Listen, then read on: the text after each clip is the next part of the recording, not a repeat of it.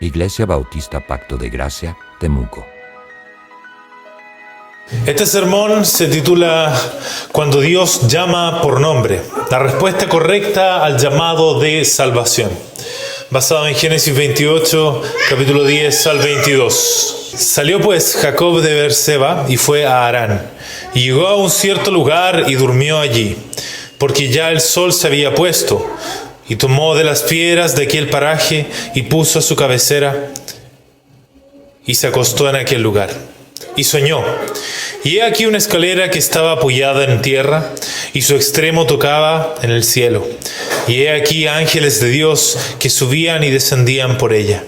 Y he aquí Jehová estaba en lo alto de ella, el cual dijo: Yo soy Jehová, el Dios de Abraham tu padre, y el Dios de Isaac. La tierra en que estás acostado te la daré a ti y a tu descendencia. Será tu descendencia como el polvo de la tierra, y te extenderás al occidente, al oriente, al norte y al sur. Y todas las familias de la tierra serán benditas en ti y en tu simiente.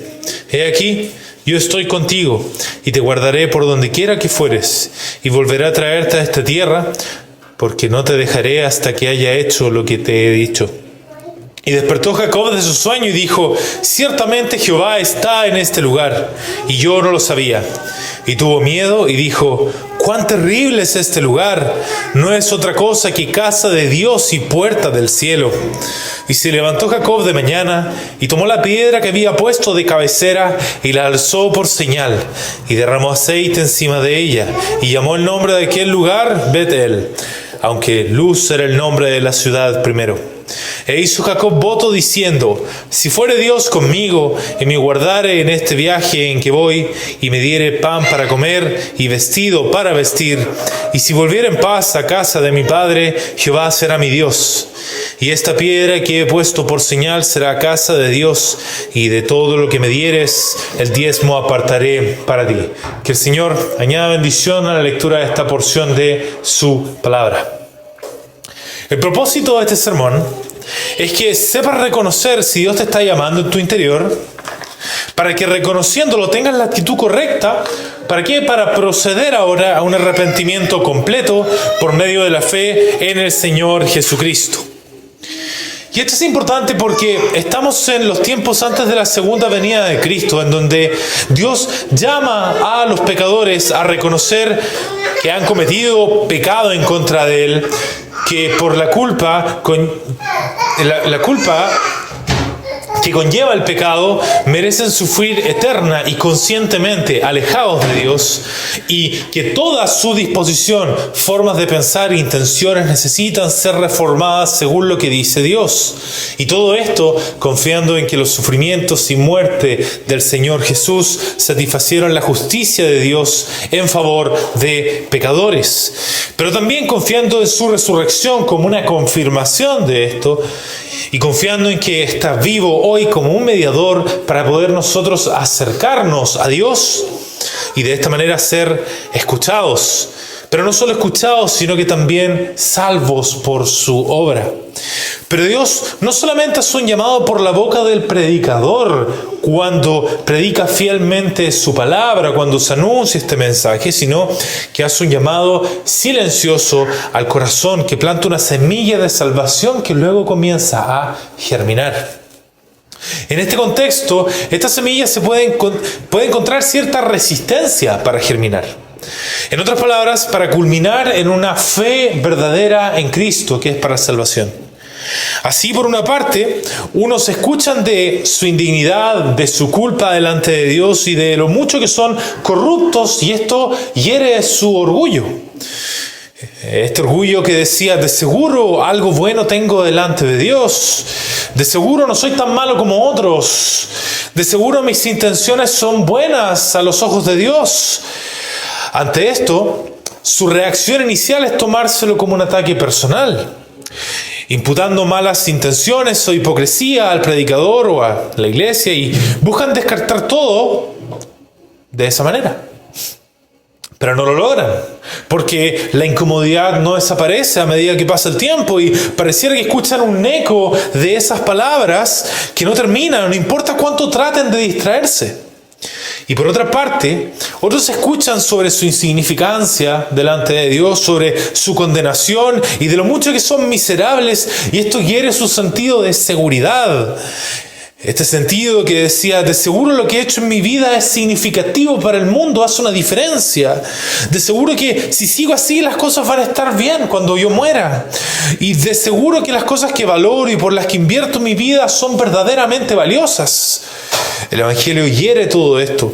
Y ante esto su reacción inicial es tomárselo como una amenaza a su integridad personal, imputando locura o ignorancia a la iglesia, al predicador, y buscan descartar todo de esa manera. Pero no lo logran. Este es el problema.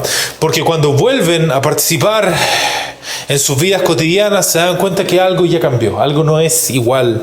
Comienza a haber una sed. Y no importa cuánto traten de saciar esa sed con las actividades que hacían antes, ya no pueden. Algo cambió. ¿Y qué es lo que termina pasando? Cuando las personas empiezan a tener esta resistencia al llamado de Dios, ese llamado que hace al corazón, demora el momento de la salvación y pueden tener consecuencias no buenas para la persona. Por una parte, cargas innecesarias en el alma. Viven con inquietudes, temores y angustias que podrían haberse aliviado antes si hubiera creído. Su conciencia no tiene paz. También cicatrices que dejan huella en su vida. Al demorarse en rendirse a Cristo, toma decisiones, relaciones o caminos que luego serán causa de dolor. Aunque sean restaurados, no va a ser restaurado sin heridas. Y también un caminar espiritual debilitado. Aunque llega a Cristo, el tiempo perdido evadiendo el llamado o temor puede limitar su fruto, su gozo y su utilidad en el reino de Dios durante esta vida. Estos pasajes van a ser importantes entonces. La respuesta de Jacob ante el llamado de Dios nos va a ilustrar la actitud correcta ante el llamado de Dios a la salvación. Y a partir de esto aprenderemos 3 cosas que nos van a librar de estas consecuencias. Hablemos un poco del contexto de estos pasajes que leíamos. Jacob nació en una familia marcada por una promesa de parte de Dios. Dios había dicho que a través de la descendencia de su abuelo Abraham y de su padre Isaac, él traería bendición al mundo.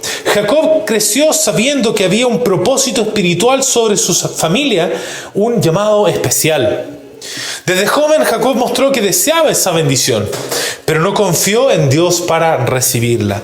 En lugar de esperar en la fidelidad del Señor, manipuló las situaciones a su favor. Aprovechó la debilidad de su hermano mayor para quedarse con lo que no era suyo y más tarde engañó a su propio padre para obtener esa bendición que él quería.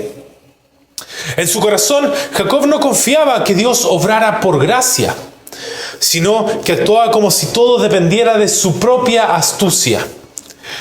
Aunque perseguía cosas espirituales, lo hacía con medios carnales, lo hacía sin fe, sin oración, sin obediencia, sino que a través de ¿qué? Manipulación, coacción y seducción. Finalmente, sus actos lo alcanzaron. Su hermano juró matarlo y Jacob tuvo que huir de su casa. Se encuentra ahora solo, cuando leíamos, sin hogar, sin protección y sin certeza sobre su futuro. La bendición que había conseguido con engaños no le trajo paz, ni dirección, ni comunión con Dios. En ese estado, entonces, culpable, confundido y fugitivo, es que Dios se le aparece en el desierto a Jacob. No porque Jacob lo haya buscado, por cierto, sino porque Dios lo quiso alcanzar. Lo encuentra cuando está dormido, lejos de casa y sin nada en sus manos, excepto la promesa que Dios, por pura gracia, aún piensa cumplir a través de él, porque él se lo había prometido a la familia. Vamos a, entonces, con ese contexto, hacer una observación y vamos a proceder al primer punto. En primer lugar, Jacob no era un hombre justo a los ojos de Dios. Su vida hasta ese punto había estado marcada por el engaño. Había él tomado la bendición de la primogenitura de ser el primer hijo por manipulación y había engañado a su padre Isaac con una mentira deliberada para obtener esa bendición. En segundo lugar, su corazón no mostraba una búsqueda sincera de Dios. Nunca vemos a Jacob orando, adorando, buscando la voluntad de Dios antes de Betel. Su vida era la de un hombre que vivía por astucia, no por fe. Por otra parte, su situación espiritual era miserable. Él estaba huyendo de las consecuencias de su pecado. En lugar de vivir en paz como heredero de la promesa, se encuentra solo, exiliado, temeroso y vulnerable, durmiendo sobre una piedra en el desierto. Sin embargo, a pesar de esto, Dios lo llama desde su culpa y miseria a un destino mejor. Dios se le revela sin ser buscado. Él estaba durmiendo en medio de la huida. Jacob no estaba adorando ni clamando, pero Dios desciende soberanamente con una visión celestial y una palabra firme de promesa para él. Le repite las promesas del pacto hechas a su abuelo como si fuera un heredero fiel. A pesar de su pecado, Dios le habla como un hijo, le promete ¿qué? Tierra, descendencia y bendición, y su misma presencia por siempre. Eso es pura gracia. En lugar de juzgarlo, lo persuade hacia una nueva vida de dependencia. Jacob, que hasta ahora había vivido por sus fuerzas, empieza a responder con temor y reverencia y una disposición real donde dice: Jehová será mi Dios. Allí comienza la transformación. Y esto es significativo por lo siguiente. Primero, porque este llamado es representativo, representa el llamado de salvación que Dios, en varias cosas. En que Dios promete una tierra, un reino y una bendición para todas las naciones. La tierra, partamos con esto, la tierra que en su forma terrenal hacía referencia a Canaán, la tierra de Canaán, representa primero el territorio espiritual donde habita la presencia de Dios, que en el fondo es, ahora para nuestros días, el alma del conjunto de los creyentes. Esa es la tierra espiritual. Y finalmente, la tierra celestial renovada donde va a morar la gloria de Dios con su pueblo cuando venga el fin. La promesa del reino fue Israel en primer lugar como nación visible. Representa a Israel, por una parte, representa también ahora a nivel espiritual a la iglesia. Y finalmente representa al reino de Dios que va a venir cuando venga el Señor en su segunda venida. Y por último, la bendición a las naciones, que en los tiempos antiguos se manifestó como sabiduría, justicia y paz que fluye desde Israel, en especial cuando ocurrió el reino de Salomón, pero también hace referencia a nivel espiritual en nuestros tiempos a la predicación del Evangelio por todas las naciones y finalmente a la adoración de gente de toda tribu, lengua y región celestial cuando el Señor venga por segunda vez. Entonces estas promesas de Dios eran promesas que tenían un significado temporal y un significado también celestial. Entonces desde esa perspectiva es significativa porque nos habla a nosotros de nuestra realidad, de lo que estamos viviendo hoy. Pero también porque es una promesa de bendición que no se merece. No por la calidad del linaje de Jacob, porque su papá y su abuelo eran pecadores igual que él. No por sus logros, porque él no vivía para Dios. Y no por su integridad, porque como veíamos, él menospreció la bendición de Dios como algo que podía ser obtenido por astucia, por engaño, etc. Y por último, porque Dios llamó a Jacob a la salvación a pesar de que trató de usurparla en contra de Dios y en contra de sus familiares. Y esto nos lleva al primer punto. El llamado de Dios a la salvación es soberano. Es soberano desde su calidad de Él como rey. Querido amigo, si estás siendo llamado por Dios, debes saber que ese llamado es soberano. No depende del que quiere ser salvo, ni del que corre para ser salvo, sino que de la voluntad de Dios. Esto significa que no es más digno de ser salvo el que quiere serlo ni el que corre para hacerlo. Esto depende exclusivamente de Dios. Y esto debe ser así, por cierto, porque Dios es santo y nosotros hemos pecado en contra de Él. Todos y cada uno sabemos que hemos pecado. La palabra dice que no debemos tener dioses ajenos delante de Dios, y eso involucra buscar nuestra felicidad en Dios, y todos sabemos que hemos buscado nuestra felicidad en otras cosas que no son Dios. Hemos priorizado en nuestra vida otras cosas que no son Dios. Hemos vivido para nosotros mismos. Estos mismos mandamientos de Dios que hemos violado nos dicen: no matarás, que involucra no tener malos pensamientos, ni sentimientos, ni intenciones en contra del prójimo. Todos las hemos tenido. No darás falso testimonio, que involucra no solamente no decir mentiras, que todos las hemos dicho, sino que también no decir cosas sin tener la suficiente evidencia para afirmarlas como ciertas. Todos hemos pecado, querido amigo. Absolutamente todos. Y Dios es el juez del universo y Él no va a tener por inocente al culpable como si Él fuese un juez corrupto. Él es el juez justo. Tampoco Él va a aceptar un soborno como si la justicia fuera un asunto de un antojo de Dios. No. Dios es el modelo de justicia del universo y no se puede separar a Dios de la idea de justicia. Por tanto, no es posible para ti, querido amigo, presentar algo a Dios, ni tus intenciones, ni tus logros, ni tu origen a cambio de salvación. Dios no está considerando tu linaje, tus logros religiosos o civiles, ni tampoco tu forma de vida. Así no es. Alguien puede decir, vengo de una familia cristiana, siempre he estado en la iglesia. O otro dice, mi abuelo fue pastor, mi familia siempre ha servido a Dios. Hey, recuerde que Isaac tenía 2 hijos y solo Jacob fue llamado. Otro dice, he ayudado a mucha gente, soy muy buena persona, he leído la Biblia completa, asisto a reuniones, doy limosna. Recuerda que Jacob no vivía para Dios y él sí fue llamado. Otro dice, nunca he hecho nada grave, no soy como los que están en la cárcel, trato de vivir en paz, no le hago mal a nadie. Recuerda que Jacob era un engañador y fue llamado. Así que no depende de esas cosas.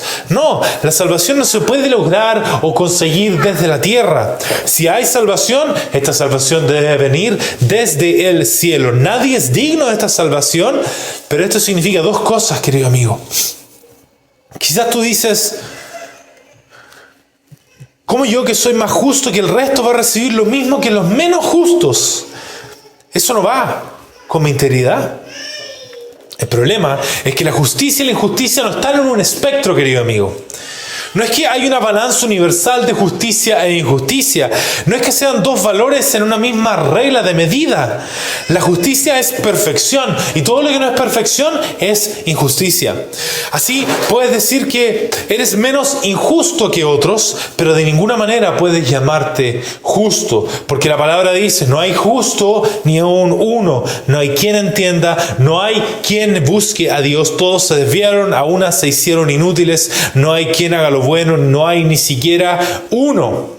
Pero no deberías consolarte por esto, como diciendo, bueno, todos hemos pecado, así que todo está bien, porque la misma palabra dice que el alma que pecare morirá, y que la paga del pecado es la muerte, no la vida eterna. En ese sentido, la única felicitación que te podrían dar quizás es que no siendo justo ante Dios, eres digno de menor condenación eterna que otros, pero igualmente eterna. O que no estando como vivo, eres como un cadáver menos podrido que el resto. Pero eso no es consuelo. Ahora, eso no es todo, porque la misma palabra enseña que el ser humano y las sociedades se pervierten cuando Dios los deja solos.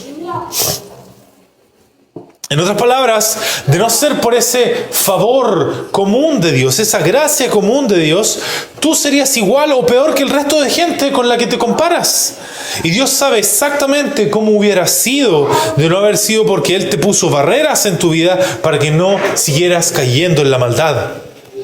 Así que ni siquiera puedes sentir orgullo de ser menos injusto del resto porque no se debe a una virtud tuya, sino a la gracia de Dios.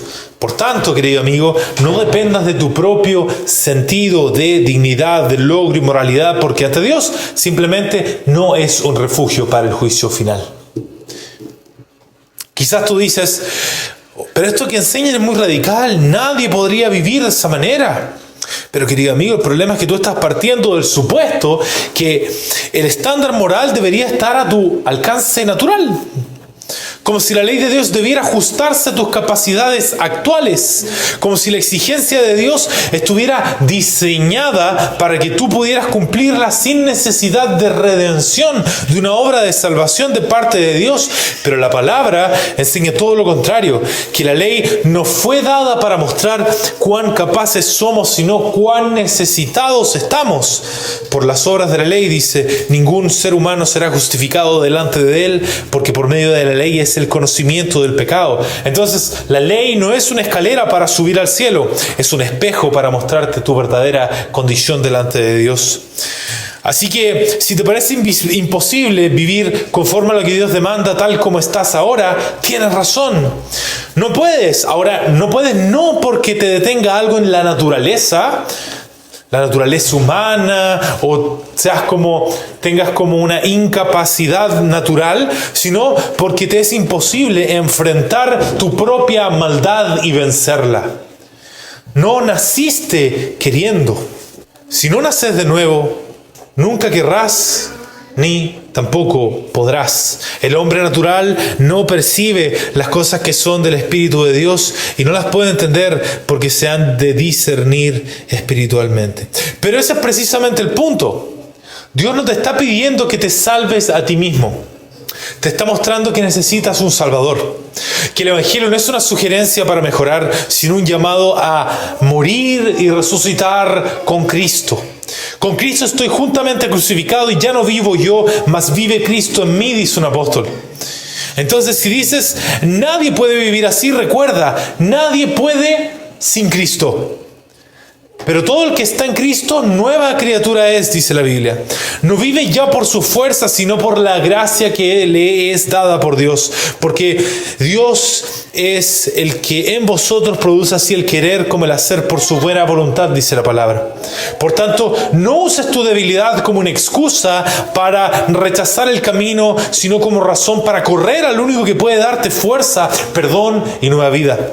No digas, es imposible vivir así. Mejor di, Señor, ten misericordia de mí, pecador, y dame un nuevo corazón. Y esto nos va a llevar a la segunda observación. Respecto del pasaje que leíamos, la revelación de Dios impacta el corazón de Jacob de una manera inmediata y profunda. Ciertamente, dice él, Jehová está en este lugar y yo no lo sabía. Jacob no había estado orando ni buscando a Dios ni preparándose para una visión. Estaba durmiendo y espiritualmente dormido. Pero cuando Dios se revela, Jacob reconoce lo que antes era invisible: la presencia del Dios vivo. La confesión de Jacob no es simplemente doctrinal, sino que es existencial. No dice, ahora entiendo un nuevo concepto, sino dice, Dios está aquí y yo no lo sabía. Esto es lo que ocurre cuando la verdad deja de ser una teoría y se convierte en un encuentro. Jacob experimenta temor reverente ante la santidad de Dios. ¡Cuán terrible es este lugar!, dice. No está hablando de un terror irracional, sino que de un respeto tembloroso ante la majestad de Dios. Jacob entiende que ha sido tocado por algo más grande que él, y su reacción es la del corazón que ha sido alcanzado. Esto muestra que el primer fruto visible de un llamado real es una conciencia viva de la presencia de Dios. La persona llamada ya no puede vivir como si Dios fuera lejano, ni como si su vida fuera neutral. Sabe que Dios está allí, que todo lugar es sagrado si Dios lo habita, y que su vida ha sido invadida por lo eterno. Jacob levanta una señal, no como quien cumple un rito, sino como quien marca el inicio de una nueva vida. La piedra que antes fue su almohada en la huida, ahora se convierte en un altar de encuentro con Dios. El lugar donde dormía como fugitivo se convierte en el lugar donde despierta a él como un adorador ahora. Esa piedra ungida por aceite no tiene poder mágico, sino que es un memorial espiritual. ¿Para qué? Para recordar que Dios lo encontró, para testificar que su vida cambió y para declarar que ese lugar fue la puerta del cielo. Esto es importante por lo siguiente, porque la revelación de Dios transforma el alma y la percepción del mundo al mismo tiempo. Donde antes había solo piedras y desierto, ahora Jacob ve casa de Dios y puerta del cielo. Donde antes había culpa y confusión, ahora hay temor santo y un nuevo principio. Porque esta experiencia de presencia es indispensable para una fe verdadera. Nadie confía en Cristo si antes no ha sido confrontado con la realidad de Dios mismo. Nadie se arrepiente de corazón si antes no ha sido herido por la conciencia de que Dios ve, Él juzga y Él llama. Porque el llamado no es solo informativo, es formativo. No solo enseña algo nuevo, revela a una persona viva, persona con mayúscula, que ahora es imposible de ignorar. Jacob no puede seguir siendo el mismo. Dios ya no es solo el Dios de Abraham, y de Isaac. Ahora será mi Dios, dice. Y esto nos prepara para el siguiente punto. Segundo punto es, el llamado revela soberanamente a Cristo en el corazón. Querido amigo, una vez que conoces a Cristo, ya no puedes desconocerlo. Quizás un día escuchaste el Evangelio, escuchaste que Dios te creó para amarle y obedecerle en justicia, pero que en vez de hacer esto violaste su ley y pecaste, como mencionábamos antes, y te hiciste merecedor de sufrir eternamente en el infierno, lejos de Dios por la eternidad. Pero también escuchaste del amor de Dios, de cómo Él se humanó por amor en la persona de Cristo, sin dejar de ser Dios. ¿Para qué? Para satisfacer su propia justicia, de tal manera poder reconciliarse con pecadores. También que Jesús vivió una vida de perfecta obediencia en medio de sufrimientos e injusticias. Escuchaste que Dios cargó en la cuenta de Cristo los pecados que estaban en la cuenta de muchos pecadores. Y que en la cruz del Calvario Dios castigó a Cristo como un sustituto de pecadores para satisfacer su justicia y poder perdonarlos. Escuchaste que Dios confirmó que su obra fue un éxito, resucitando a Cristo al tercer día, y que hoy vive para hablar con Dios a favor de pecadores que con fe se acercan a Él. Y fuiste llamado por esa fe a reconciliarte con Dios, reconociendo tus pecados delante de Él, reconociendo que lo ofendiste gravísimamente y reconociendo que mereces el infierno por cómo has vivido. Pero estas no fueron meras palabras al aire para ti, ni tampoco una mera experiencia emocional, sino que fue como si alguien hubiera pronunciado tu nombre en medio de una multitud y tú supieras que te estaba llamando a ti. Como cuando suena una voz familiar en medio del ruido y tu corazón responde antes que tu mente.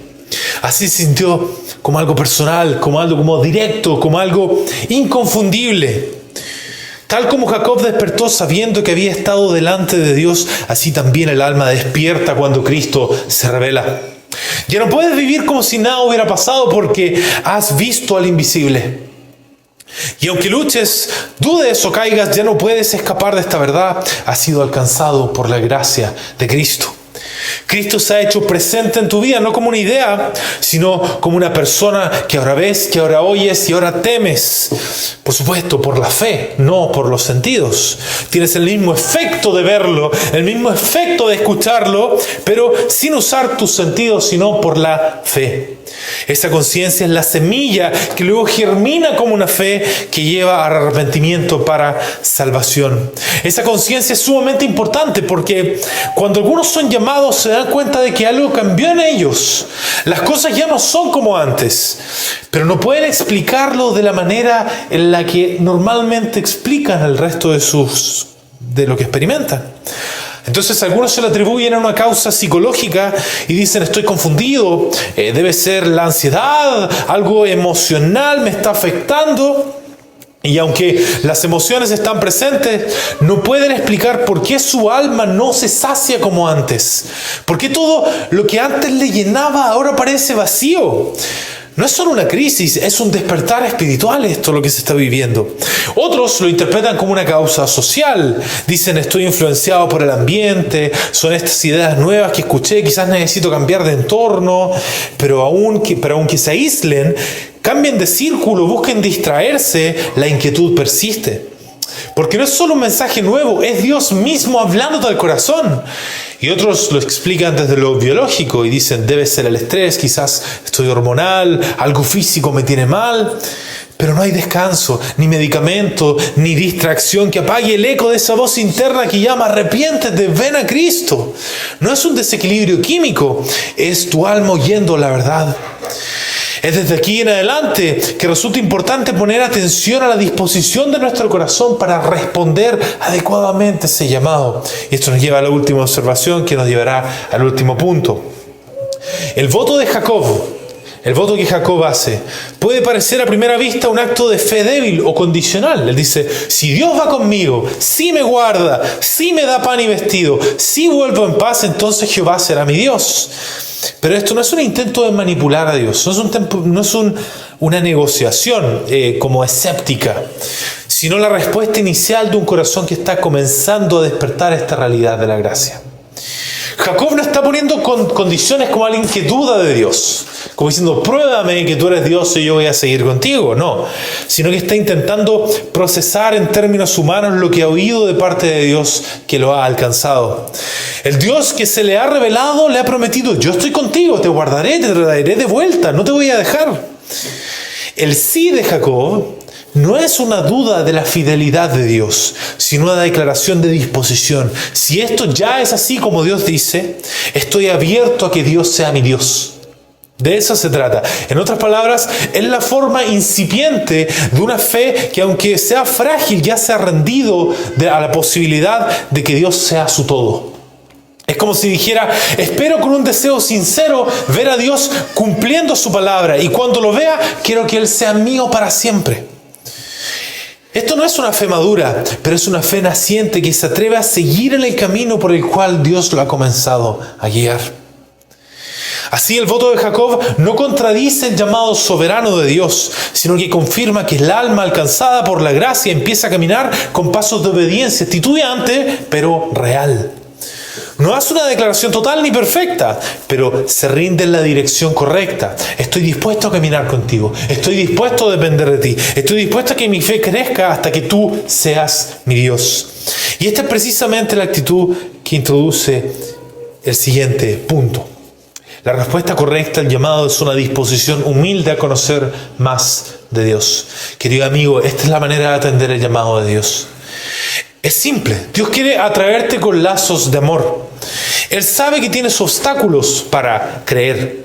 Mira la misericordia de Dios, porque Él sabe que tus obstáculos son por causa de tu propia rebeldía en su contra. Pero aún así, Él te tiene paciencia. Él diseñó la salvación en vista de esta rebeldía también. Por esa razón, la primera señal de un alma alcanzada por Dios es una disposición de involucrarse más con Dios en su palabra, en la oración y en la iglesia. En otras palabras, es asumir que aunque no entiendas todo ahora y tengas algunos temores y dudas, aunque tengas todo aquello, Él los conoce y está dispuesto a resolverlos a medida que vas participando en el camino que Él mismo trazó. Querido amigo, quizás tú tengas algunos temores y dudas también. Dudas intelectuales, preguntas sobre lo que debes creer. ¿Cómo sé que la Biblia es verdad? Y si me estoy engañando emocionalmente, ¿cómo entiendo lo que no comprendo del todo? Quizás tienes dudas emocionales, inseguridades sobre tu valor o tu pasado y piensas, ¿Dios podría perdonar lo que he hecho realmente? Y si no soy lo suficientemente sincero, ¿no será que me falta algo para ser aceptado? O también dudas de voluntad, volitivas, resistencias internas para rendirte a Dios. ¿Estoy dispuesto a dejar lo que Dios me pida? ¿Y si me cambia demasiado la vida? ¿Y qué pasa si no puedo sostenerme en el camino? Pero estas dudas no deben llevarte a la resistencia, sino a una espera paciente de Dios para que Dios te muestre lo que te falta. Para tus dudas intelectuales, Dios ofrece luz a su tiempo. El que quiera hacer la voluntad de Dios conocerá si la doctrina es de Dios, dice la palabra. Dios no te exige entenderlo todo de inmediato, pero sí te llama a escucharlo con humildad. Si te acercas con disposición, Él te irá convenciendo por su palabra, por su espíritu y por la paz que produce su verdad. Para tus dudas emocionales, Dios te ofrece perdón real y amor incondicional. Al corazón contrito y humillado no despreciarás tú, oh Dios, dice el salmista. Cristo no vino a llamar a los fuertes, sino a los quebrantados, los culpables, los que se sienten indignos. No necesitas venir a Él limpio, sino venir a Él para ser limpiado. Y para tus dudas de voluntad volitivas, Dios te ofrece fuerza para lo que tú temes. Bástate de mi gracia, porque mi poder se perfecciona en la debilidad, dice el Señor. Dios no te pide que camines solo, sino que confíes en que Él te sostendrá. La fe que Dios da también incluye la fuerza para obedecer, aunque ahora no lo veas claro. Concluimos entonces con esto. Dios llama a los pecadores soberanamente, no por mérito, sino por gracia. Jacob no lo buscó, pero Dios lo alcanzó. No fue llamado por ser justo, sino a pesar de ser un engañador. Así también hoy Dios llama a personas indignas. ¿Por qué? Por pura gracia, por pura misericordia. Dios revela a Cristo de manera personal, por otra parte, profunda y transformadora. Jacob despertó sabiendo que había estado delante de Dios. Así también el alma llamada reconoce la voz del Salvador. Esta conciencia no se puede borrar. Marca el inicio de una nueva vida. Y por último, la respuesta correcta es una disposición humilde a conocer más de Dios. No necesitas tenerlo todo claro, solo estar dispuesto a seguir.